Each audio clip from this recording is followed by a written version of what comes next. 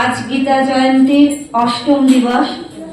আমি গতকাল ঘোষণা করেছিলাম আজ সুদামদা পাঠ করবে, কিন্তু সুদামদার মায়ের শরীর খারাপ, সেই জন্য সুদামদা করতে পারিনি। আমার খুবই খারাপ লাগছে। সুদামদা আমাকে নির্দেশ দিয়েছে এবং গুরুদেবের আদেশে আমি আজ অষ্টম অধ্যায় আলোচনা করব। আমরা সবাই মিলে আলোচনা করব অষ্টম অধ্যায়।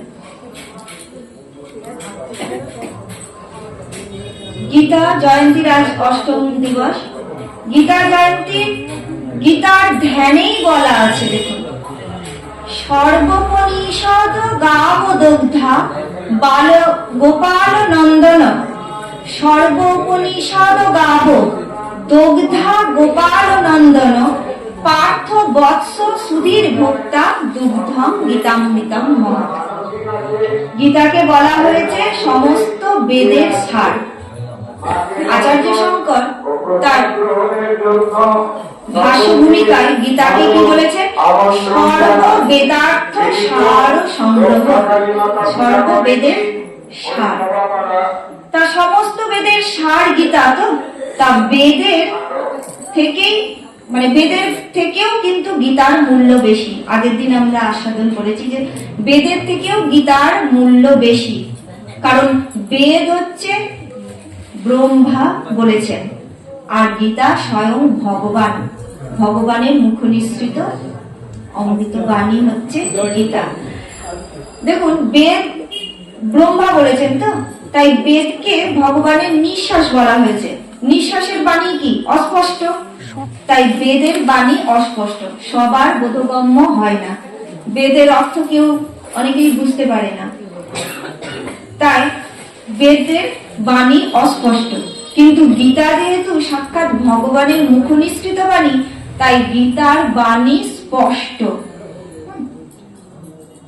এই যে গীতা, বেদের মস্তক বলা হয়েছে উপনিষদকে। দেখুন, উপনিষদের যে উপনিষদকে কি বলে? শ্রুতি। তার সমস্ত বেদকে দেখুন গাভীর সঙ্গে তুলনা করা হয়েছে। সর্ব উপনিষদ গাব, গাব মানে গাভী। সর্ব উপনিষদ হচ্ছে গাভী, তা গাভীর সঙ্গে তুলনা করা হলো। তো তা এই উপনিষদ হলো বেদান্ত, যাতে বেদের অন্তিম লক্ষণ আছে। তাহলে উপনিষদ কি? বেদান্ত। উপনিষদ শব্দের ব্যুৎপত্তিগত অর্থ কি হবে? উপ পূর্বক নি পূর্বক সদ যুক্ত কিপ। উপ মানে সমীপে, নিকটে। নি পূর্বক সদ, এই কথার অর্থ হলো উপবিষ্ট মানে বসা, গুরুর কাছে বসে শিক্ষা। গুরুর কাছে বসে এই উপদেশ শোনা হতো। এই উপনিষদ শ্রুতি শুনে শুনে মনে রাখা। গুরুদেব বলতো, শিষ্য শুনে শুনে মনে রাখত। তাই বলছে যে সংসার মুক্তির পথ দেখাতে এই উপনিষদ। তো উপনিষদের বেদের সার হচ্ছে গীতা।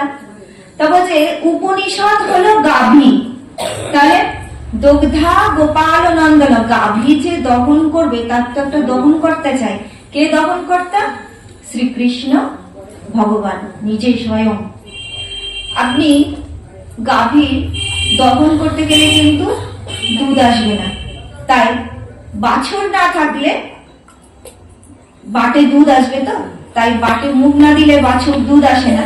তা এই বৎসকে, বৎস মানে বাছুর, বাছুরটাকে পার্থ, পৃথানন্দন পার্থ অর্থাৎ অর্জুন। সুধীর ভোক্তা দুগ্ধম গীতামৃতম মহৎ। এই যে দুধ, উপনিষদ রূপ গাভীর যে অমৃত রূপ গীতা দুধ বের হলো, এটা কারা পান করেন? দুধ কারা পান করেন? যারা নিজেদের স্বাস্থ্যকে সুন্দর রাখতে চান, সবল রাখতে চান, তারাই তো দুধ পান করেন। তা গীতারূপ দুধ কারা পান করেন? বলছেন সুধীর ভোক্তা অর্থাৎ সুধীজনেরা। সুধী মানে কি? যার বুদ্ধি সুন্দর। কাদের বুদ্ধি সুন্দর? বলছে যারা প্রতিদিন গীতা পাঠ করেন। যাদের বুদ্ধি সুন্দর তারাই প্রতিদিন গীতা পাঠ করেন। হ্যাঁ, যারা বুঝে গেছেন যে গোবিন্দ চরণই একমাত্র সার, আর জগতে সব অসার, তারাই হচ্ছে সুধী ব্যক্তি, তারাই রোজ গীতা পাঠ করেন। কেন গীতা পাঠ করেন রোজ? দুধ কেন খায়? সুস্থ সবল শরীরকে রাখার জন্য, আর নিজেদের পারমার্থিক স্বাস্থ্যকে সুরক্ষিত রাখার জন্য সুধীজন এই গীতারূপ দুধ পান করেন। গীতার মাহাত্ম্যে বলা হয়েছে, গীতা শ্রেয় অহং তিষ্ঠামি, গীতা মে চ উত্তমহং গৃহম, গীতা জ্ঞানমুপাশ্রিত্য স্ত্রীলোকান পলায়াম্যহম। বলছে আমি গীতার আশ্রয়ে থাকি। দেখুন, ভগবান বলছেন আমি গীতার আশ্রয়ে থাকি, গীতা আমার শ্রেষ্ঠ গৃহ। দেখুন, ভগবান গীতাকে যে হৃদয়ে ধারণ করেছে তার কত মূল্য। দেখুন, গীতাতে ভগবান থাকেন, গীতার জ্ঞানকে আশ্রয় করেই আমি ত্রিলোক পালন করি। ভগবান বলছেন যে গীতার প্রচার এবং প্রসার করবে যে, সে আমার অতিশয় প্রিয়। স্বয়ং ভগবান সেই ভক্তের অধীন হয়ে যান, স্বয়ং ভগবান।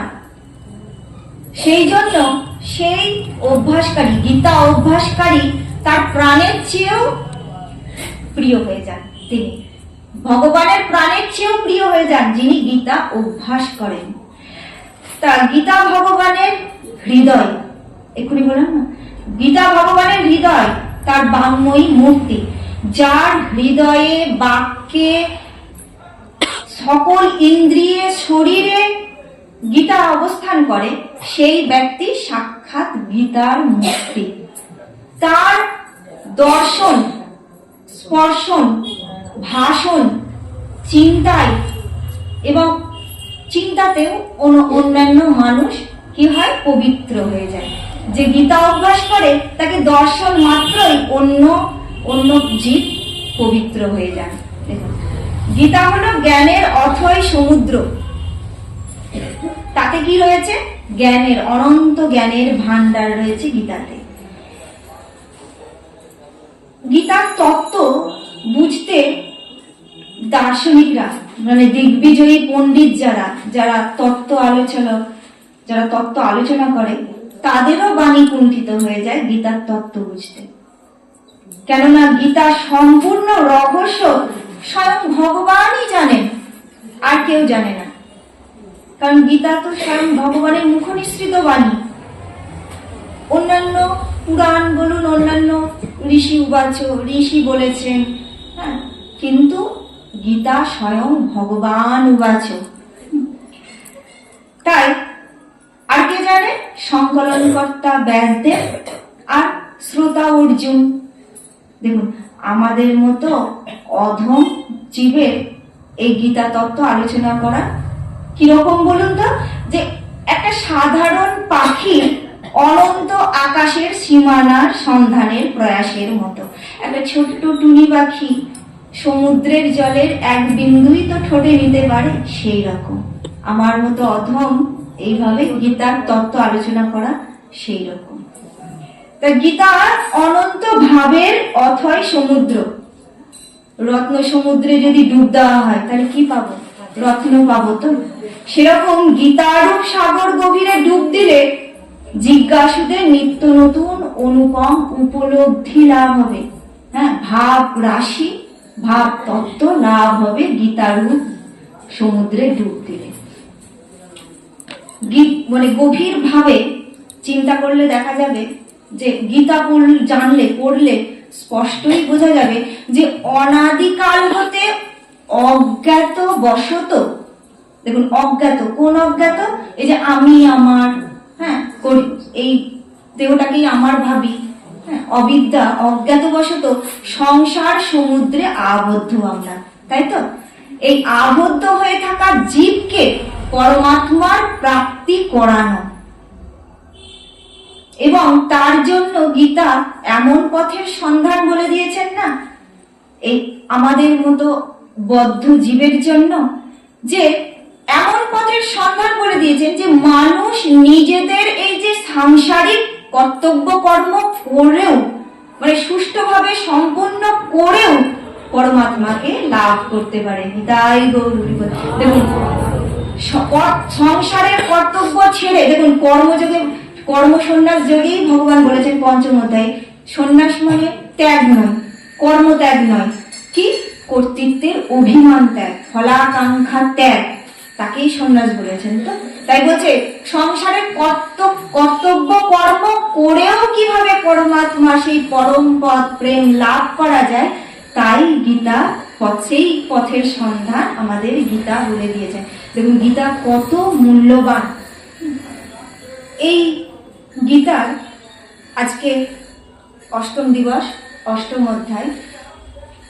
গতকাল আমার শ্রদ্ধেয় গৌতম দা সপ্তম অধ্যায় জ্ঞান ও বিজ্ঞান যোগ বলেছেন।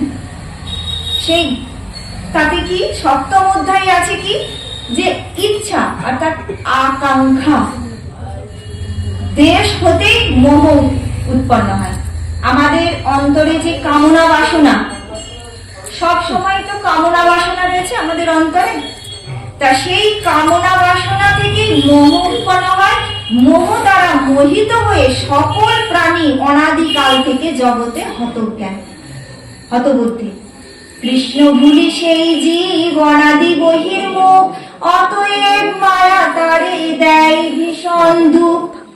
দেখুন আমরা অনাদিকাল থেকে মোহে আচ্ছাদিত। কেন মায়া কেন আমাদেরকে দুঃখ দিচ্ছে? কারণ আমরা কৃষ্ণ ভুলে আছি, অনাদিকাল থেকে কৃষ্ণ বহির্মুখ, সেই জন্য। তাই জন্ম মৃত্যু প্রাপ্ত হয়ে থাকি আমরা। পুনরূপী জননা পুনরূপী মরণা পুনরূপী জননী জঠরে শয়না। জন্ম মৃত্যু আবার জঠরে শয়না, জননীর জঠরে। তা মানুষ পরমাত্মা থেকে বিমুখ হয়ে যায় কি জন্য? ওই যে মায়ায় মোহিত হয়ে। আর রাগ দেশ রহিত মানে যাদের এই মায়ায় মোহিত নয় মানুষ পরমাত্মার সম্মুখীন হন। তাহলে কে পরমাত্মার সম্মুখীন হন আর কে হন না বুঝতে পারলাম। তা পরমাত্মার সম্মুখীন হলে কি হয়? আমাদের সমস্ত পাপ বিনষ্ট হয়ে যায়।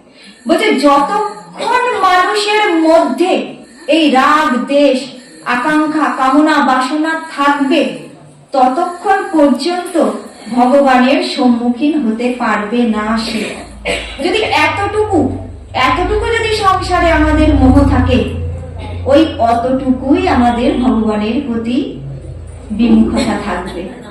সম্পূর্ণরূপে শরণাগত ভগবানের চরণে হতে পারবো না আমরা। অতটুকু যেটুকু মায়া আমরা সংসারে দেবো, স্ত্রী পুত্রে দেবো, টাকা পয়সায় দেবো, সেই মায়াটুকু ভগবানের কাছে বিমুখ হয়ে থাকবে, সেই অংশটুকু বিমুখ হয়ে থাকবে ভগবানের দিক থেকে। তাই এই জন্ম মৃত্যুর থেকে মুক্তি পাবার জন্য যারা আমার শরণাগত হয়ে প্রযত্ন করেন, দেখুন কালকে গৌতম দা এই কথাটা খুব ভালো করে বলেছেন, যারা যারা নোট করেছেন, প্রযত্ন। শুধু আমরা কি করি? সাধন ভজন করি, রোজ আসি গোবিন্দ মন্দিরে, পাঠ শুনি, প্রতিদিনই কীর্তন করি, কই করছি তো, কই আমাদের তো কিছুই হচ্ছে না। আমরা বলি তো হবে কেন? আমরা করতে হয় তাই করি। দেখুন প্রযত্ন কথাটা, যত্ন কথাটা বলেছেন, তার সঙ্গে প্র উপসর্গ যোগ করেছেন। প্রযত্ন, যত্নের সঙ্গে ভালোবাসার সঙ্গে করতে হবে। তাই বলছে যে প্রযত্ন করেন, হ্যাঁ, এই নাম কীর্তনে, ভগবানের নাম গুণ কীর্তনে, তারা সেই ব্রহ্ম সমগ্র আধ্যাত্ম বিষয়, সমগ্র অধ্যাত্ম ব্রহ্ম কর্মতত্ত্ব সব অবগত হন। হ্যাঁ, অধিদৈব অধিযোগ্য সব কিছু সে জানতে পারে। আমাকে যুক্ত চিত্ত সেই সকল মানুষ, বলছে আমাতে যুক্ত চিত্ত, চিত্ত মানে মন, যুক্ত মানে যোগ হয়ে যায় আমার সঙ্গে, আমার চরণের সঙ্গে যার মন যুক্ত হয়ে গেছে, সে মৃত্যুকালে আমাকে জানতে পারে এবং আমাকেই প্রাপ্ত হয়। আর পুনর্জন্ম আসা যাওয়া শেষ হয়ে যায় তার। যদিও কর্মযোগী আর জ্ঞানযোগী জন্ম মৃত্যু থেকে মুক্তি লাভ করে। দেখুন আমরা কি বলি, এখনই কি বললাম, জন্ম মৃত্যু থেকে মুক্ত লাভ হয়ে যায়। তো তা যারা জ্ঞানী, যারা কর্মী, তারাও জন্ম মৃত্যু থেকে মুক্তি লাভ করেন। কিন্তু শরণাগত ভক্ত, কৃষ্ণ তোমার হই যদি বলি একবার, ভববন্ধ হইতে কৃষ্ণ তারে করেন পার। বুঝে একবার হা গোবিন্দ হারিতাই গৌর, তোমার চরণে আমি তোমার হলাম, একবার যে বলে ভববন্ধ থেকে কৃষ্ণ তাকে পার করে দেন।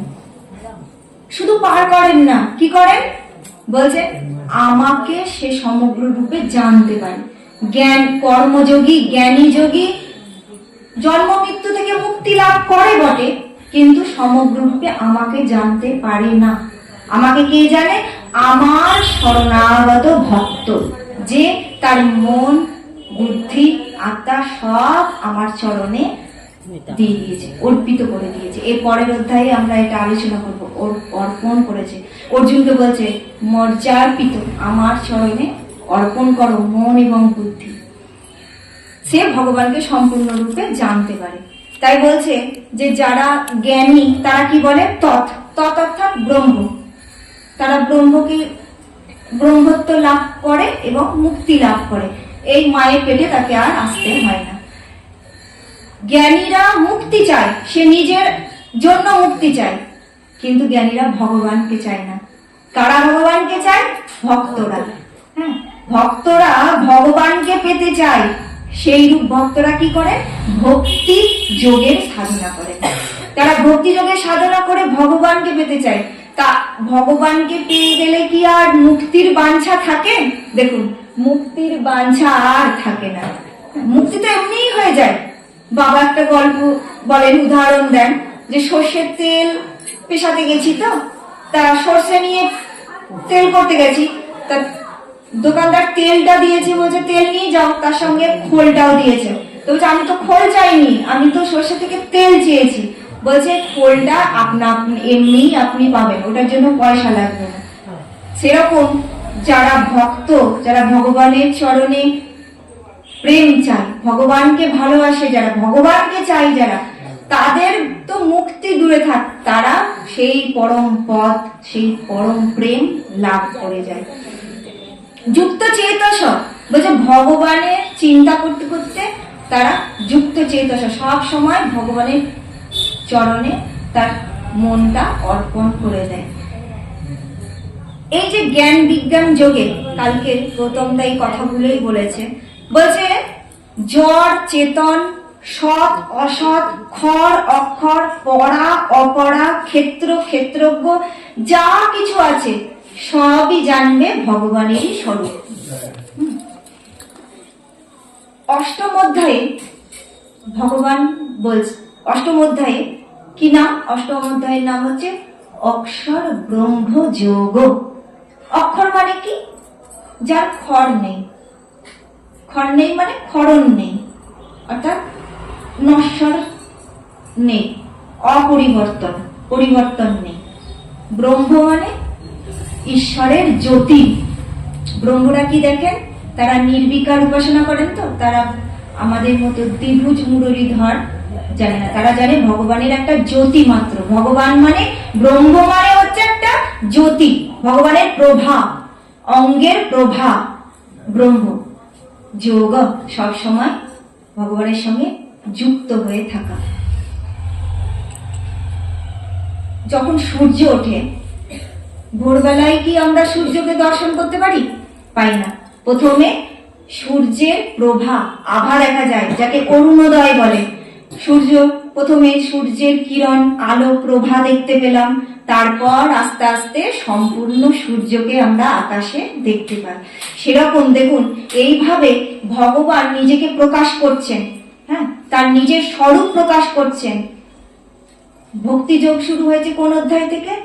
সপ্তম অধ্যায় থেকে। প্রথম 6টা অধ্যায় হলো কর্ম, এই সপ্তম অধ্যায় থেকে কর্মযোগ, সপ্তম অধ্যায় থেকে দ্বাদশ অধ্যায় হচ্ছে ভক্তিযোগ, আর ত্রয়োদশ অধ্যায় থেকে অষ্টাদশ অধ্যায় হচ্ছে জ্ঞানযোগ। তা ভগবান নিজের স্বরূপ প্রকাশ করছেন। তো প্রথমেই সূর্য উদয় হয়নি, কিন্তু দেখুন প্রভা অরুণোদয় হচ্ছে, তার নিজের জ্যোতি ব্রহ্মকে প্রকাশ করছেন, অক্ষর ব্রহ্মকে প্রকাশ করছেন। সপ্তম অধ্যায় জ্ঞান বিজ্ঞান যোগ, অক্ষর ব্রহ্ম যোগ, তারপরে বিভূতি যোগ, এইভাবে একটু একটু করে প্রভা হতে হতে একাদশ অধ্যায়ে ভগবান গিয়ে অর্জুনকে দেখালেন, সেই বিশ্বরূপ দর্শন করালেন। এই যে অষ্টম অধ্যায়ে অর্জুন বলছেন, কিং তদ ব্রহ্ম কিমধ্যাত্মং কিং কর্ম পুরুষোত্তমম অধিভূতং চ কিং প্রোক্ত অধিদৈবং কিমুচ্যতে। বলছে হে পুরুষোত্তম, অর্জুন বলছে ভগবান শ্রীকৃষ্ণকে, সেই ব্রহ্ম কি, যে অক্ষর ব্রহ্ম, সেই ব্রহ্ম কি, অধ্যাত্মই বা কি, কর্ম কি, অধিভূতই বা কি, অধিদৈবই বা কাকে বলে। দেখুন অধিযোগ্য যে বলছো, অধিযোগ্য আগের শ্লোকে বলেছে অধিযোগ্য সব জানা হয়ে যায়, ভগবানের চরণে শরণাগত হলে অধিদৈব অধিযোগ্য সব জানা হয়ে যায়। অধিযোগ্যই বা কি, সেই যোগ্য এই দেহে কিভাবে স্থিত থাকে, অধিদৈবই বা কি। দেখো হে মধুসূদন, সংযত চিত্ত ব্যক্তি কিভাবে মরণকালে আমাকে জানতে পারে, কিভাবে জানতে পারে, এটা আমাকে তুমি বলো। তার উত্তরে ভগবান বলছেন, ভগবান বাচ অক্ষরং ব্রহ্ম পরমং স্বভাব অধ্যাত্মমুচ্যতে। বলছে পরম অক্ষরই হলো ব্রহ্ম, যার ক্ষর নেই, যার ক্ষর আছে সে হচ্ছে প্রকৃতি, সেই প্রকৃতিকে জীব হচ্ছে অধ্যাত্ম, আর যার ক্ষর নেই, যে অবিনশ্বর, সেই পরম পুরুষই হচ্ছে ব্রহ্ম। আর এই পরা প্রকৃতি, হ্যাঁ এই পরা প্রকৃতি, এই জীব হচ্ছে অধ্যাত্ম। আর কর্ম কি, প্রাণীদের যে সত্তা প্রকটকারী যে ত্যাগ, সেটা হচ্ছে কর্ম। আর ক্ষর ভাব অর্থাৎ নশ্বর, মানে যেটা পরিবর্তন হয়ে যায়, আজ আছে কাল নেই, এটা হচ্ছে অধিভূত বলা হয় এটাকে। এই জগতে যা কিছু সবই অধিভূত। পুরুষ বা হিরণ্যগর্ভ, এই ব্রহ্মাই হচ্ছে একমাত্র অধিদৈব। আর এই যে দেহে অন্তর্যামী রূপে আমি যে রয়েছি, প্রত্যেকটা এই প্রকৃতিতে প্রত্যেকটা জীবের মধ্যে যে অন্তর্যামী রূপে যে আমি রয়েছি, এটাই হচ্ছে অধিযোগ্য।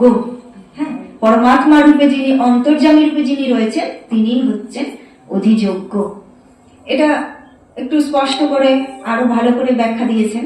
বলছে জল তত্ত্বর দ্বারা, যেমন পরমাণু, মেঘ, মেঘ থেকে যে বৃষ্টি হচ্ছে, সেই বৃষ্টি, জলবিন্দু, বরফ, এগুলো সবই তো জলের, প্রকৃত তত্ত্বে সবই জল, বরফও জল, বৃষ্টিও জল, মেঘও জল, এগুলো সবই জল। সেরকম একই পরমাত্মা তত্ত্ব ব্রহ্মই অধ্যাত্ম, কর্ম অধিভূত, অধিদৈব, অধিযোগ্য। হ্যাঁ, ভিন্ন ভিন্ন রূপে প্রতিভাত হয়ে বাস্তবে কিন্তু এক। বরফটাও জল, বাষ্পটাও জল, ঠিক আছে, সেরকম অধ্যাত্ম ব্রহ্ম, অধিযোগ্য ব্রহ্ম, অধিদৈব মানে ব্রহ্ম, সবই পরমাত্মার তত্ত্ব। এগুলো বলছে পরমাত্মার এই সমগ্র রূপকেই গীতায় কি বলা হয়েছে, বাসুদেব সর্বম। দেখুন সব মিলিয়ে কিন্তু একটাই কথা চলে আসছে, বাসুদেব সর্বম।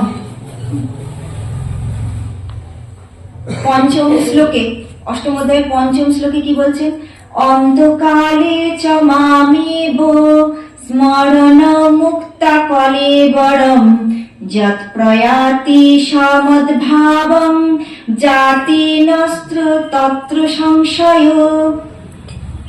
জাতি ন তত্র সংশয়।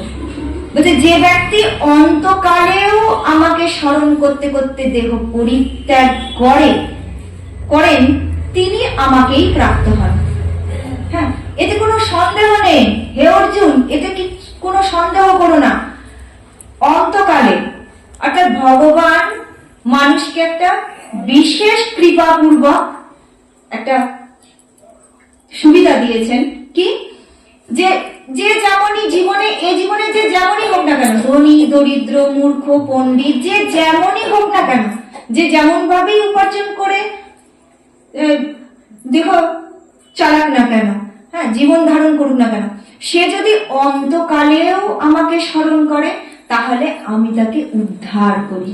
দেখুন ভগবানের এটা কৃপা। বলছে যে যেভাবেই আমাকে ভজনা করুক, যে যেভাবেই আমাকে স্মরণ করুক, অন্তকালে যে হয়তো কেউ দরিদ্র, সারাদিন পাঠে আসতে পারে না বা ভগবত কীর্তন সাধন ভজন করতে পারে না, দুবেলা দুটো প্রণাম করে আর কর্ম করে, তো সে যদি অন্তকালেও আমাকে স্মরণ করে তাহলে আমি তাকে উদ্ধার করি। বলছে কেন উদ্ধার করেন ভগবান তাকে? বলছে জীবের প্রতি অহৈতুকী কৃপা। দেখুন কৃপা করে তাকে কল্যাণের জন্য মানব জন্ম দান করেছেন। দেখুন এই মানব জন্ম অতি দুর্লভ, সুদুর্লভ। ভাগবতে বলা হয়েছে অতি দুর্লভ আবার সুদুর্লভ। দেখুন সু উপসর্গটা যোগ করেছেন। তাই বলছেন যে অহৈতুকী কৃপা, এটা ভগবানের অহৈতুকী কৃপা প্রত্যেকটা জীবের, শুধু মানুষের জন্য না। তবুও তো আমরা মানুষ হয়েছি। দেখুন কৃপা করে আমাদেরকে মানুষ করেছে কেন? যে না আমার সাধন ভজন করবে, আমাকে ভালোবাসবে। ভগবানও চাই যে জীব আমাকে ভালোবাসুক। শুধু জীব ভগবানের ভালোবাসা পেতে চাই না, কিন্তু জীব একা আনন্দ পেতে চাই না, কিন্তু ভগবানও চাই আনন্দ পেতে। হ্যাঁ, দেখুন হরিদাস ঠাকুর যখন দেহত্যাগ করছেন না, মহাপ্রভুর যখন অন্তর্ধান হয়ে যাচ্ছে, মানে অন্তর্ধান করবেন, তার আগে হরিদাস ঠাকুর বুঝতে পেরেছেন। আচার্য হরিদাস ত্যাগ বলছেন যে প্রভু তুমি তো অন্তর্ধান করবে, আমার একটা ইচ্ছা আছে। কি ইচ্ছা? বলছে তোমার অন্তর্ধানের আগে আমি দেহ ত্যাগ করবো। দেখুন প্রভু বললেন বেশ ঠিক আছে। কেমন ভক্ত দেখুন, ভাগবতে ভক্ত কি জিনিস তার উদাহরণ দিয়ে, এই যে অন্তিমকালে স্মরণ কিভাবে করতে হয়, ভগবানের স্মরণ তার দৃষ্টান্ত দিচ্ছেন ভাগবত। ভক্ত তার অন্তিমকালে কি বাঞ্ছা করছেন? মহাপ্রভুকে বাঞ্ছা করছেন, শোনো প্রভু আমি হৃদয়ে ধরিব তোমার রাঙা চরণ, নয়নে দেখিব তোমার চাঁদ বদন, জিহ্বায় উচ্চারিব মই কৃষ্ণ চৈতন্য নাম, এই রূপে ইচ্ছা করি মোর ছাড়িব পরাণ। বলছে আমি এইভাবে পরাণ ছাড়বো। দেখুন ভক্তকে দিয়ে আমাদেরকে কিভাবে শিক্ষা দিচ্ছে। দেখুন বলছে হৃদয়ে তোমার ওই রাঙা চরণ, মহাপ্রভুকে বলছে হরিদাস ঠাকুর হৃদয়ে ধারণ করব তোমার চরণ, আর নয়নে দেখিব তোমার ও চাঁদ বদন, সম্মুখে যেন সব সময় সেই চাঁদ বদন দেখি, জিহ্বায় উচ্চারিব কৃষ্ণ চৈতন্য নাম, কৃষ্ণ কৃষ্ণ কৃষ্ণ কৃষ্ণ যেন বলি মৃত্যুকালে, আর এই রূপে ছাড়ি মোর, এই রূপে ইচ্ছা মোর ছাড়িব পরাণ, প্রাণটা যেন এইভাবেই আমার যায়, মৃত্যু হয়। দেখুন অন্তিমকালে কিভাবে ভগবানকে স্মরণ করতে হয় সেটা হরিদাস ঠাকুর জ্বলন্ত দৃষ্টান্ত। বাস্তবে কিন্তু সব সময় অন্তকাল। কেন অন্তকাল? অন্তকাল মানে শেষ, মৃত্যু, একদম শেষ মুহূর্তকাল। কেন সব সময়ই কেন অন্তকাল? কারণ আমরা তো জানি না যে আমাদের কখন মৃত্যু হবে।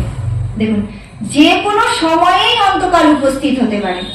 এখন আছি, এখনই নাই, ঘুমে ঘুরেই মৃত্যু হয়ে যায় মানুষের। আজ ঘুমাচ্ছে, দিব্যি ভালো মানুষ ঘুমাচ্ছে, কাল সকালে উঠে মারা গেছে শুনছি। দেখুন কোনো মুহূর্ত নেই, মৃত্যুর কোনো মুহূর্ত নেই। যা অন্তকাল হতে পারে এরকম কোনো সময় নেই। হ্যাঁ, তাই মানুষ সর্বদাই ভগবানকে স্মরণ করে। হ্যাঁ, মানুষের উচিত সব সময় ভগবানকে স্মরণ করা। গোপাল গুরুর নাম আমরা শুনেছি। মহাপ্রভু যখন শৌচে গেছে না, তখন পৈতেটাকে উঠিয়ে জীবটাকে উল্টে, কারণ জীব মহাপ্রভু সব সময় কৃষ্ণ কৃষ্ণ কৃষ্ণ কৃষ্ণ নাম করে। তা শৌচে গেছেন, অপবিত্র স্থান তো, অপবিত্র হয়ে গেছেন, তাই তিনি সেই সময় নাম করবেন না বলে জিভটাকে উল্টে রেখেছেন। তা গোপাল একদিন প্রশ্ন করছে মহাপ্রভুকে যে প্রভু তুমি জিভটাকে কেন উল্টে রাখো? বলছে দেখো আমি জিভটাকে কেন উল্টে রাখি জানো, আমি তো শৌচে যাই, শৌচ তো অপবিত্র স্থান, তা সেই সময় আর আমার জিভ সবসময় কৃষ্ণ বলে, তাই আমি জিভটাকে উল্টে রেখেছি। তখন গোপালের মাথায় চিন্তা এলো যে ঠিক আছে প্রভু তুমি বলছো অপবিত্র স্থান, কিন্তু ওই সময়ে যদি আমার মৃত্যু হয়ে যায় তখন জীবের কি গতি হবে? দেখুন তাই মহাপ্রভু বলে দিলেন সব সময় জীবের অন্তকাল, সব সময় পবিত্র অপবিত্র দেশ কাল নিয়ম অনিয়ম কিচ্ছু মানার দরকার নেই, সব সময় মুখে হরে কৃষ্ণ কৃষ্ণ কৃষ্ণ হরে হরে, হরে রাম রাম রাম হরে হরে, সব সময় মুখে কৃষ্ণ নাম উচ্চারণ করতে হবে।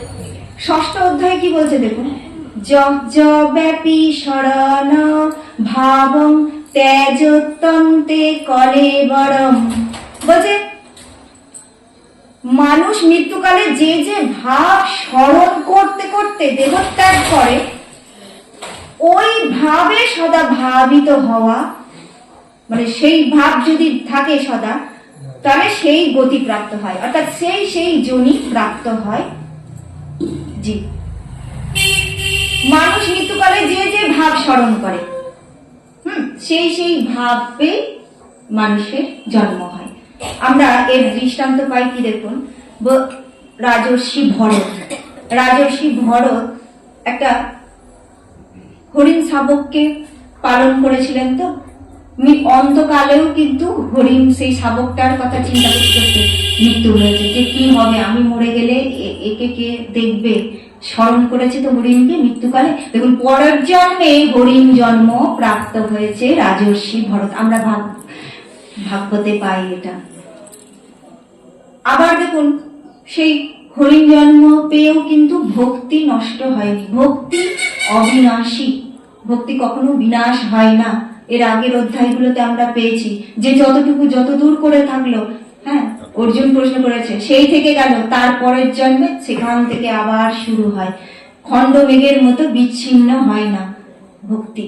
তা আবার সেই ভক্তি লাভ করেছিলেন, দিয়ে পরের জন্মে আবার জলভরত সিদ্ধ পুরুষ রূপে আবার জন্মগ্রহণ করেছিলেন। তাই কি বলছে যে যে ভাবে ভাবনা চিন্তা করবে সেই জন্যই প্রাপ্ত হবে। ভাগবতে আছে যে আমরা যদি মৃত্যুকালে কি ভাবি, আমরা যদি জানতে পারি না যে আমার সময় এক্ষুনি আর 7 দিন বা 2 মাস হয়তো বাঁচবো, ক্যান্সার রোগ হয়েছে, মরেই যাব আমি, ব্যাস যেদিন শুনলাম যে আমার মৃত্যু এসে গেছে সেই দিনই আমাদের মনে কি এসে গেল, খাওয়া দাওয়াই তো ছেড়ে দিই আমরা, তো ভগবত চিন্তা তো দূরে থাক। দেখুন যেদিনই জানতে পারলাম মৃত্যু হবে, আর চিন্তা হয়ে গেল, জায়গা দলিল পত্র ঠিক করে দিয়ে যেতে পারলাম না, ছেলেটার একটা চাকরিও হলো না, মেয়েটার বিয়ে দিয়ে যেতেও পারলাম না, সম্পত্তি ভাগ করে দিয়ে যেতেও পারলাম না। দেখুন কত চিন্তা, যেভাবে কামনা করবে। কেউ হয়তো বলে বাড়ি করলাম, ভোগ করতে পারলাম না, মরে যাব, সে পরের জন্মে টিকটিকি হয়ে ঘুরে ঘুরে বেড়াবে, বাবা বলেন। হ্যাঁ, আবার কেউ হয়তো বলছে এত সুন্দর খাট বানালাম, ভোগ করতে পারলাম না, তার সে ছাড় পোকা হয়ে সেই খাটে থাকবে, পরের জন্মে ছাড় পোকা হয়ে জন্ম হবে। দেখুন তাই এখানে বলছে যে যোনি মানে মৃত্যুকালে চিন্তা করবে সেই যোনিতে জন্ম নেয়। আমি বলি ভগবান, স্বয়ং ভগবান গীতাতে বলছেন কথাটা। দেখুন যে ভগবান তো খুব দয়ালু স্বভাবের জন্য মানুষকে একটা স্বাধীনতা দিয়েছেন। হ্যাঁ, স্বাধীনতা আছে মানুষের, সে ইচ্ছা করলে ভগবানের দিকেও যেতে পারে, ইচ্ছা করলে সে মায়ার দিকেও যেতে পারে। মাঝখানে রয়েছে তটস্থা শক্তি, একদিকে অন্তস্থা শক্তি আর একদিকে বহিরঙ্গা শক্তি, মায়া শক্তি আর পরমাত্মা। সেই তার ইচ্ছা এবার মানুষকে তো এই ইচ্ছাটা দিয়েছেন, এই মানুষের স্বাধীনতার প্রতিবন্ধক হন না ভগবান। আমরা বলি তো যে ভগবান এত কষ্ট দিয়েছে, এত দুঃখ দিয়েছে, বাপরে ভগবান ওকে কত সুখ দিয়েছে, বাপরে কত গাড়ি বাড়ি দিয়েছে, ভগবানের চোখ নেই, একজনকে এত দিয়েছে একজনকে কম দিয়েছে। এটা মানুষ নিজের কর্মফলে পায়। এতে এই স্বাধীনতায় ভগবান বলেছে তুমি আমার দিকেও আসতে পারো, তুমি মায়ার দিকেও যেতে পারো। এই স্বাধীনতার প্রতিবন্ধক হন না কিন্তু ভগবান। তাই মানুষ এই স্বাধীনতার অপব্যবহার করে। দেখুন, ভোগ ঐশ্বর্যে থেকে আমরা কি করি? ভোগে ঐশ্বর্যে এই স্বাধীনতাটাকে অপব্যবহার করছি। অপব্যবহার করছি, দিকে করছি, নিজের পতন নিজেই সৃষ্টি করছি, নিজের দুঃখ নিজেই ডেকে আনি আমরা। মানুষ ইচ্ছা করলে এই স্বাধীনতার সদ্ব্যবহার করে এমন দুর্লভ পদ প্রাপ্ত হতে পারে, সেই গোবিন্দের চরণ পদ লাভ করতে পারেন। হ্যাঁ, যা দেবতারও দুর্লভ। ভাগবতে বলা হয়েছে মানুষের যা স্বাধীনতা রয়েছে, দেখুন দেবতারা তো সুখ ভোগ করে, স্বর্গে যায় গিয়ে অপ্সরাগণের সঙ্গে মত্ত থাকেন, তারা তাদের জড়া নেই, তাদের হাঁটু ব্যথা নেই, তাদের দাঁত পড়া নেই, ব্যথা যন্ত্রণা কিছু নেই, সুখ ভোগ করে তারা। তাই দেবতাদেরও দুর্লভ এই মনুষ্য জন্ম। দেবতারাও বলেছে কেন মানব জনম দিলে না হে, মানব জনম দিলে সেবা পেতাম, কেন মানব জনম দিলে না হে, বলছে মানব জনম পেলে সে তোমার সেবা পেতাম। দেবতারাও বলেছে দেখুন এই দুর্লভ মানব জনম, এই দুর্লভ মানব জনমেই কিন্তু সেই পরম পদ প্রেম লাভ করা যায়। কারণ দেবতারা তো ভোগ ঐশ্বর্যে থাকবে, ভোগে সুখে কি গোবিন্দকে মনে পড়ে? দুঃখ না পেলে কেউ গোবিন্দ ভজে না। তস্মাৎ সর্বেষু কালেষু মাম অনুসর যুদ্ধ চ, মর্যার্পিত মনো বুদ্ধি মামে বৈশ্বস সংশয়ম। সপ্তম শ্লোকে বলছেন যে অতএব তুমি সকল সময় আমাকেই স্মরণ করো। যেহেতু সব সময় ভগবানকে স্মরণ করলে অন্তকালে আমাকেই পাবে, বলছে তুমি যুদ্ধও করো, আমাকেও স্মরণ করো।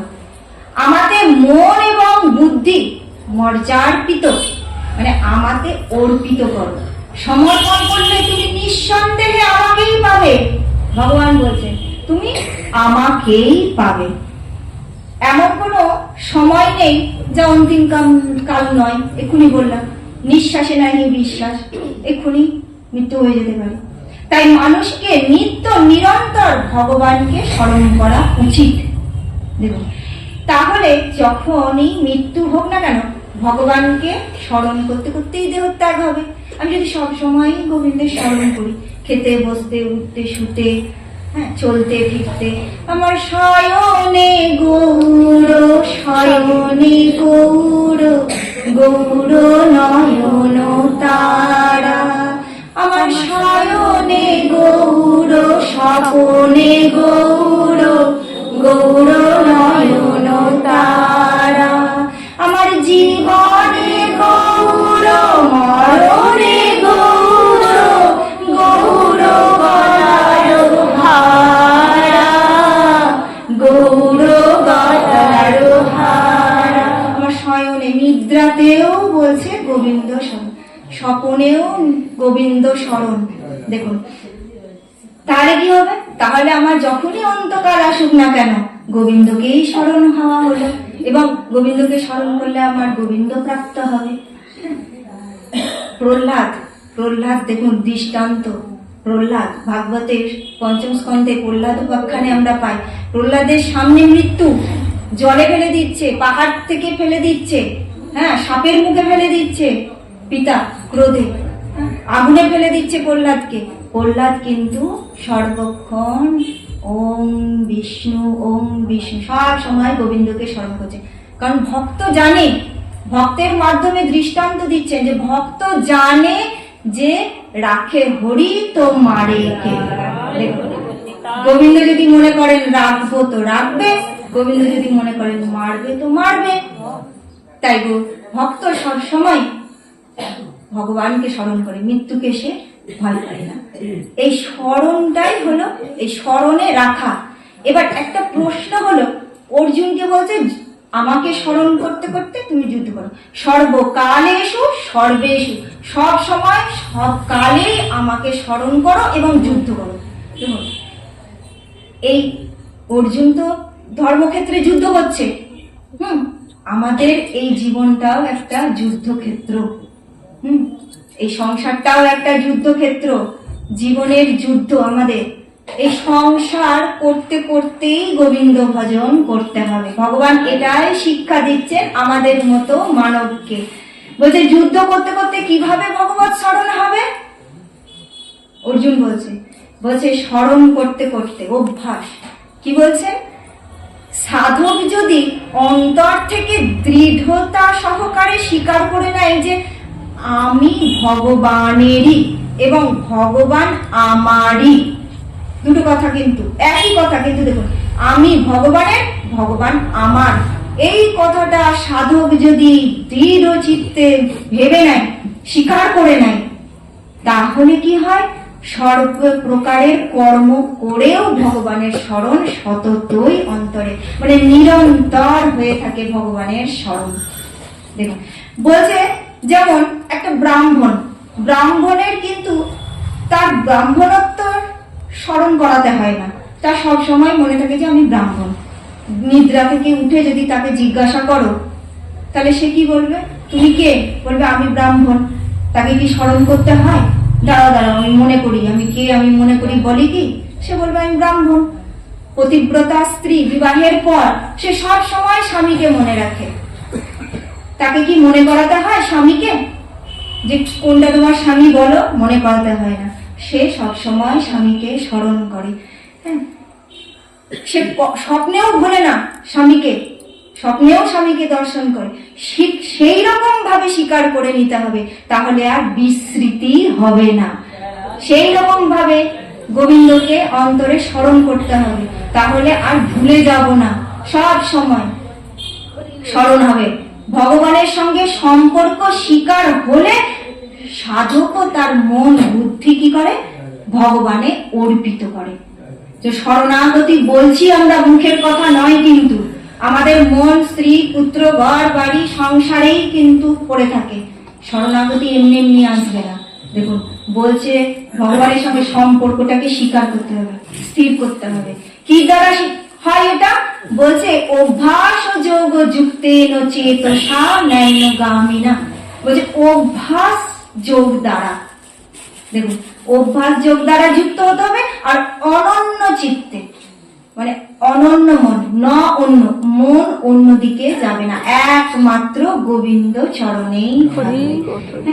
সেই পরম পুরুষ চিন্তন করতে করতে সে আমাকেই প্রাপ্ত হয়, তাই বলছেন। এরপর 14 নং শ্লোকে ভগবান বলছেন অনন্য চেতা সততং যো মাং সরতি নিত্যশ তস্যাহং সুলভ পার্থ নিত্যযুক্ত সযোগিনা। বলছে অনন্য চিত্ত, হে পার্থ, অনন্য চিত্ত যে ব্যক্তি নিত্য নিরন্তর আমাকে স্মরণ করেন। দেখুন দুটো কথা বলছে, অনন্য চিত্ত যে ব্যক্তি নিত্য নিরন্তর, সেই নিত্যযুক্ত যোগীর কাছে আমি সুলভলভ্য। হ্যাঁ, অর্থাৎ তিনি আমাকে মানে সহজেই প্রাপ্ত হন। সুলভ মানে কি? সহজ, বাজারে যে জিনিসটা সহজেই পাওয়া যায় সেটা সুলভ, আর যে জিনিসটা পয়সা দিয়েও পাওয়া যায় না, হ্যাঁ খুঁজে খুঁজে পাওয়া যায় না, বর্ধমানেও পাওয়া গেল না, কলকাতা যেতে হলো খুঁজতে, সেটা দুর্লভ। সেই রকম বলছে যে ভগবান সুলভ, অতি সহজে অল্পেই পাওয়া যায়। কার কাছে অতি সহজ? বলছে যে অনন্য চেতা, হ্যাঁ, যে নিত্য নিরন্তর যুক্ত আমাকে স্মরণ করে, নিত্য নিরন্তর সে। এর দৃষ্টান্ত কি? ভাগবতের গোপীরা, ব্রজের গোপীগণ, দেখুন দেহ ধর্ম গেহ ধর্ম সব পরিত্যাগ করে, হ্যাঁ পাতিব্রত ধর্ম সব ত্যাগ করে গোবিন্দকেই সার করেছেন। কারণ তারা জানে যে জগতে গোবিন্দ চরণই একমাত্র সার, আর সব অসার। তারা কিভাবে ছুটে গেছে? তারা সব সময় নিরন্তর গোবিন্দকে স্মরণ করে, তাই তাদেরকে মৃত্যুকালে আর গোবিন্দ স্মরণ করাতে হয় না। আমরা কথা কথাই বলি না, অনেকেই বলে যে এখন ঠাকুর ভোজে কি করব, এই বয়সে একদম 60 বছর বয়স হোক, তারপর তো গোবিন্দ ভজবো। গোবিন্দ বলছে অভ্যাস যোগ। কেন বলেছেন? অভ্যাস না করলে, গোবিন্দ কৃষ্ণ কৃষ্ণ বলা যদি তুমি প্রথম থেকে অভ্যাস না করো, মৃত্যুকালে তোমার কৃষ্ণ মুখে উচ্চারিত হবে না। অভ্যাস যোগ এই জন্যই গুরুত্বপূর্ণ। রাধারানী বলছে না, আমি যদি নয়ন মুদে থাকি, অন্তরে গোবিন্দ দেখি, নয়ন মেলিয়া দেখি শ্যাম। বলছে আমি নয়ন খুলে রাখলেও গোবিন্দ দেখি, বন্ধ রাখলেও গোবিন্দ দেখি। এই রকম অনন্য চেতা হতে হবে। হ্যাঁ, ভক্ত শুধু ভগবানকেই নিজের বলে মনে করেন, হ্যাঁ, সর্বদা তাকে কাছে অনুভব করেন। দেখুন, সে সর্বদা ভগবানের কাছেই থাকেন, সে কখনো ভগবান থেকে বিস্মৃত হয় না, কারণ সে অনন্যা চেতা। সেই জন্য আমাদের অভ্যাস নেই, ওই জন্য আমরা ভুলে যাই। এই 1 ঘন্টা পাঠ শুনলাম, ভগবানের চিন্তা হলো, আবার বাড়ি গিয়ে যা কার তাই সংসার চিন্তা। বলছে শততম।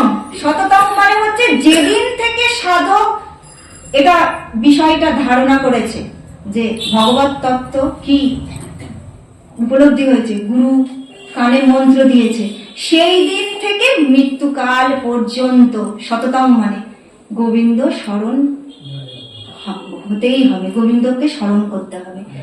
আর নিত্য মানে নিদ্রা ভঙ্গের সময় থেকে, এটা প্রতিদিন আমাদের নিদ্রা ভঙ্গ হয় তো, ভোরে হোক, কেউ 5টায় ওঠে, কেউ 6টায় ওঠে, কেউ 7টায় ওঠে, যেই নিদ্রা ভঙ্গ হয়ে গেল তখন থেকে গভীর নিদ্রা না আসা পর্যন্ত সতত এটা, তখন গোবিন্দ স্মরণ করতে হবে।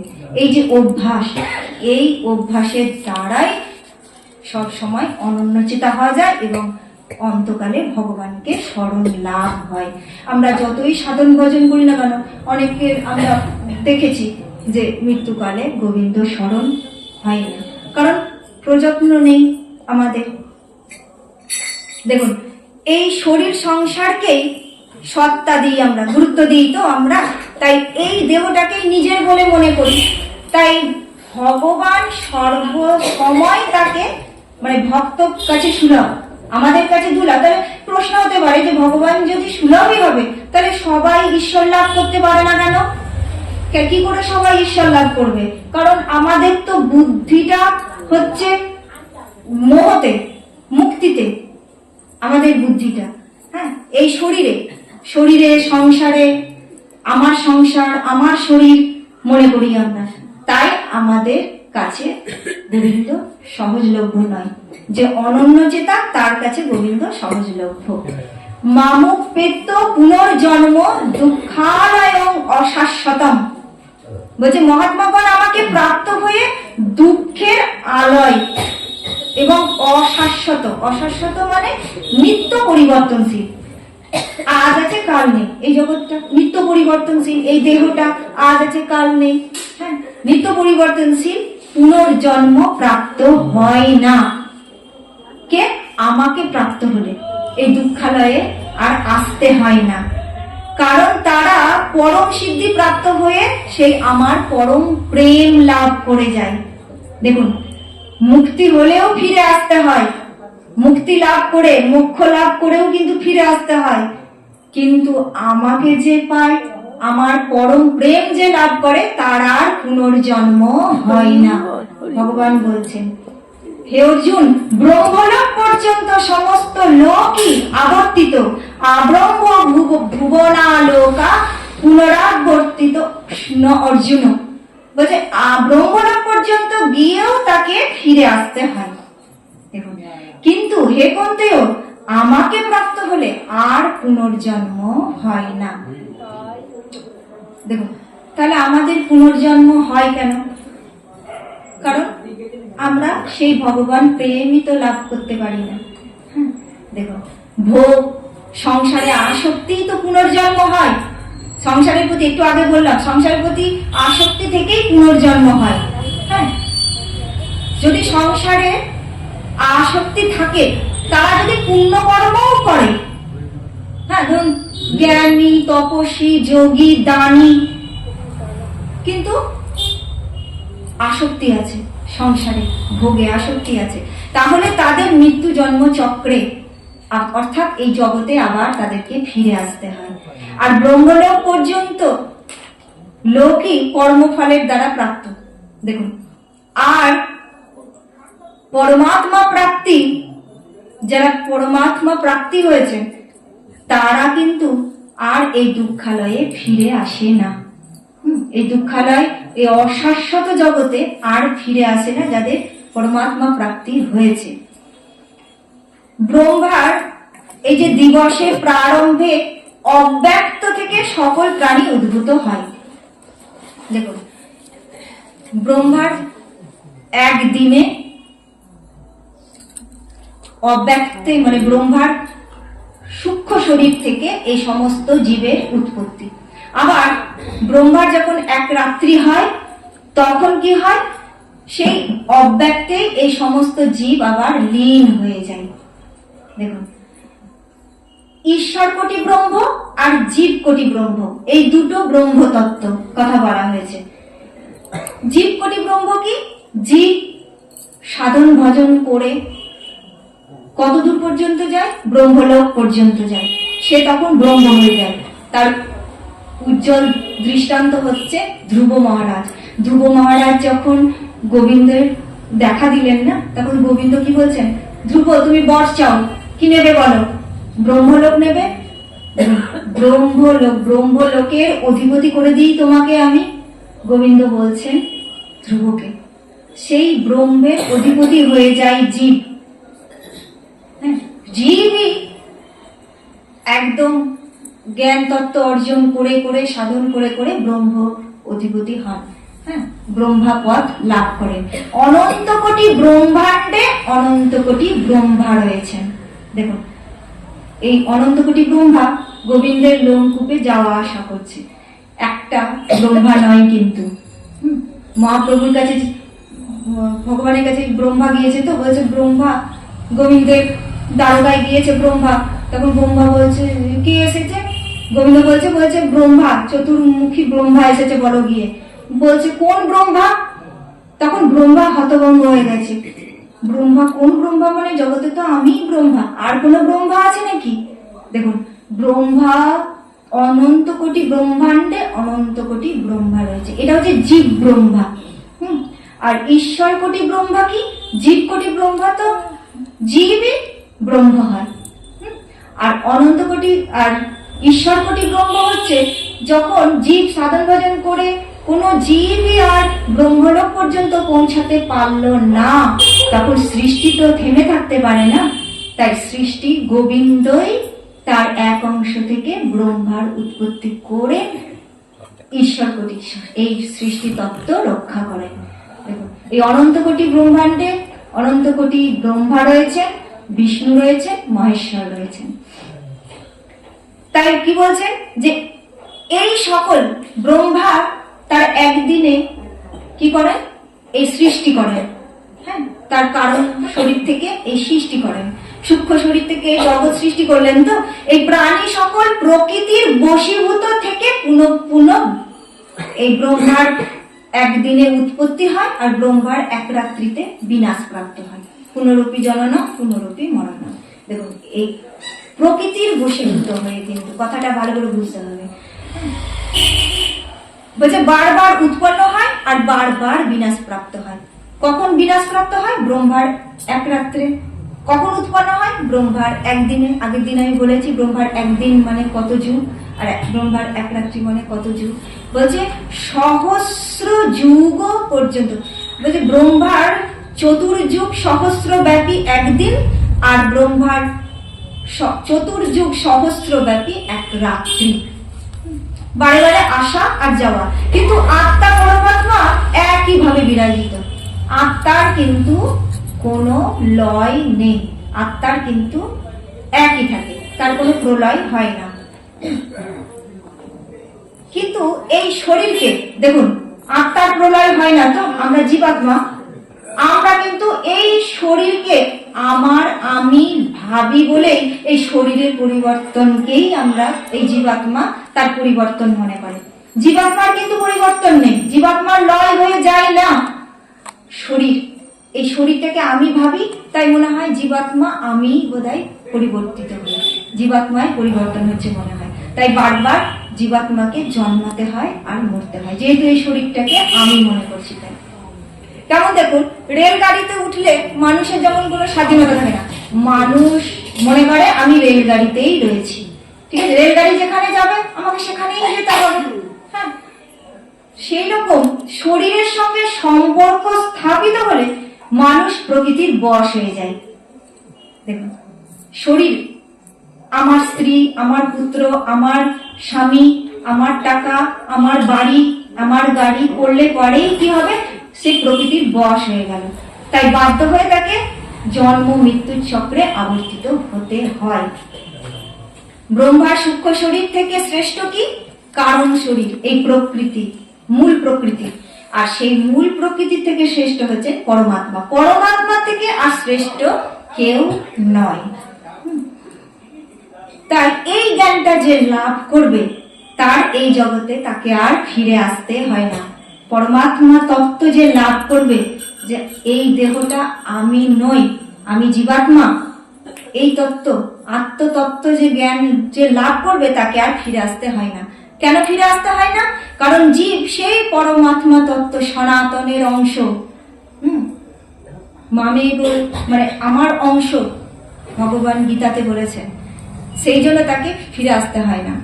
সে ভুলবশত নিজেকে জগতে স্থিত করেছে, জীব আমরা ভুলবশত এই জগতের মনে করি। তাই কি মনে রাখতে হবে, এই শরীরটা জগতে রইবে, আমি জগতে রইব না, এটা মনে রাখতে হবে। যত্র কালে তনাবৃত্তম আবৃতম চৈব যোগিন, বলছে যে কালে মানে যে পথে শরীর ত্যাগ করা হয় যোগীগণ অনাবৃত্তি প্রাপ্ত হন, অর্থাৎ পুনর্জন্ম হয় না। আর যে কালে শরীর ত্যাগ করলে আবার আবৃত প্রাপ্ত হন, অর্থাৎ পুনর্জন্ম হয়, সেই পথের কথাই আমি তোমাকে বলছি, শোনো। অর্জুনকে বলছে যে মার্গে জ্যোতির্ময় অগ্নি অধিপতি দেবতা আর শুক্লপক্ষের অধিপতি দেবতা 6 মাস ব্যাপী উত্তরায়ণ, কি কি বললাম, দিন শুক্লপক্ষ, দিন ভাগে শুক্লপক্ষে, আর উত্তরায়ণে যদি পরলোক গমন করেন, দেহত্যাগ করেন যে সাধক, তার সে কি হয়, সে ব্রহ্ম প্রাপ্ত হন, সে দেবযানে যান।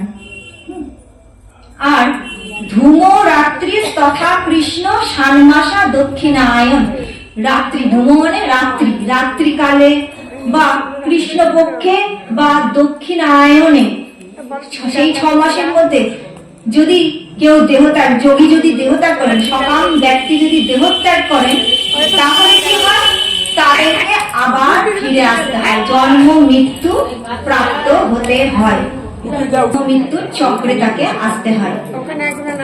কিন্তু যে নিষ্কাম মানুষ, যে কর্ম করেও কর্মের ফল আকাঙ্ক্ষা করে না, কর্তৃত্বের অভিমান করে না, সেই মানুষ কর্ম করলেও তাকে জন্ম মৃত্যুর চক্রে আসতে হয় না। ভগবান এই কথাই বলছে এই 8ম অধ্যায়ের শেষ শ্লোকে। বলছে দেখো অর্জুন, তুমি তো বলছো যে পাপ হবে পুণ্য হবে, বলছে এদেরকে মারলে এরা আত্মীয় আমার পাপ হবে। বলছে তুমি পাপ করো বা পুণ্য করো, তুমি পাপ করলে নরকে যাবে, পুণ্য করলে কত দূর যাবে, ব্রহ্মলোক পর্যন্ত যাবে। বলছে দেখো অর্জুন, একটাই কথা, ব্রহ্মলোক পর্যন্ত গেলেও তোমাকে আবার ফিরে আসতেই হবে, তুমি পাপই করো বা পুণ্যই করো, হ্যাঁ, ব্রহ্মলোক প্রাপ্ত হলেও কিন্তু তোমাকে ফিরে আসতে হবে, বারবার ফিরে আসতে হবে। তাই তুমি কর্ম করো, যুদ্ধ করো, নিষ্কাম কর্ম করো, আর সব সময় আমাকেই স্মরণ করো। শেষে বলছে যে বেদ অধ্যয়ন, যজ্ঞ, তপ, দান, যত প্রকারই কর্ম করো না কেন, তুমি পুণ্য কর্ম করো না কেন, সর্বোত্তম হলো ব্রহ্মলোক প্রাপ্তি। তাই বলছে হে অর্জুন, তুমি যোগী হও, তুমি জ্ঞানী হও, বা তুমি কর্মী হও, তুমি যাই হও না কেন, তুমি সব সময় আমাকে স্মরণে রেখো। বেদ অধ্যয়ন করো বা তপস্যা করো, যাই করো না কেন, কত দূর পর্যন্ত যাবে? ব্রহ্মলোক পর্যন্ত। ক্ষীণে পুণ্যে মর্তলোকে, আবার মর্তে ফিরে আসতে হবে তোমাকে। তাই বলছে তুমি যাই করো না কেন, তুমি আমাকেই স্মরণ করো, আমাকে তুমি ভুলো না। হে অর্জুন, আমাকে তুমি ভুলো না। দেখুন অর্জুনকে উপদেশ দিচ্ছেন, আমাদের মতো বদ্ধ জীবকে জ্ঞান দিচ্ছেন। হ্যাঁ, যে তুমি যাই করো না কেন, কিন্তু তুমি আমাকে ভুলো না। অন্তিম কালে পাই যেন যুগল পদ ছায়া, নিতাই পদ ছায়া রে ভাই, গৌর পদ ছায়া। বলছে অন্তিম কালে পাই যেন যুগল পদ ছায়া, সেই রাধা মাধবের যুগল চরণ যেন পাই। নিতাই পদ ছায়া রে ভাই, গৌর পদ ছায়া, রাধা পদ ছায়া রে ভাই, মাধব পদ ছায়া। আমি জনমে জনমে পাই হে যুগল পদ ছায়া। দেখো অন্তিম কালে আমি যেন সেই যুগল পদ ছায়া, নিতাই গৌরের সেই পদ ছায়া যেন পাই। আমি জনমে জনমে পাই হে, হ্যাঁ, যেন তোমার সেবা পাই। আমি আসি যাই আর ঘুরি ফিরি যেন তোমার সেবা করি। দেখো আমি আর কিছু চাই না, ভক্তর প্রার্থনা একটাই, কি? সে মুক্তি চাই না, সে চায় সেবা। হ্যাঁ, আমি আসি আর যাই ঘুরি ফিরি যেন তোমার সেবা করি। তাই আমাদের একটাই মানুষের কর্তব্য। দেখো ভজনিতাই গৌরাধে শ্যাম জপ, হরে কৃষ্ণ হরে রাম। আমি সুখে কিংবা দুঃখে থাকি, আমি গৃহে কিংবা জঙ্গলে থাকি, যেন প্রাণ ভরে গাইতে পারি ভজনিতাই গৌরাধে শ্যাম জপ, হরে কৃষ্ণ হরে রাম। আমার শেষ নিঃশ্বাস পড়বে যখন, আমার শিওরে সমন আসবে যখন। শিওরে সমন মানে, সমন মানে মৃত্যু। মাথায় যখন মৃত্যু এসে দাঁড়াবে, কাল মৃত্যু এসে প্রত্যেকের মাথায় এসে দাঁড়াবে। আমার শেষ নিঃশ্বাস পড়বে যখন, আমার শিওরে সমন আসবে তখন, আমার জিহ্বা যেন সদাই বলে ভজনিতাই গৌরাধে শ্যাম জপ, হরে কৃষ্ণ হরে রাম। ভজনিতাই গৌরাধে শ্যাম জপ, হরে কৃষ্ণ হরে রাম। জয় নিতাই, জয় রাম।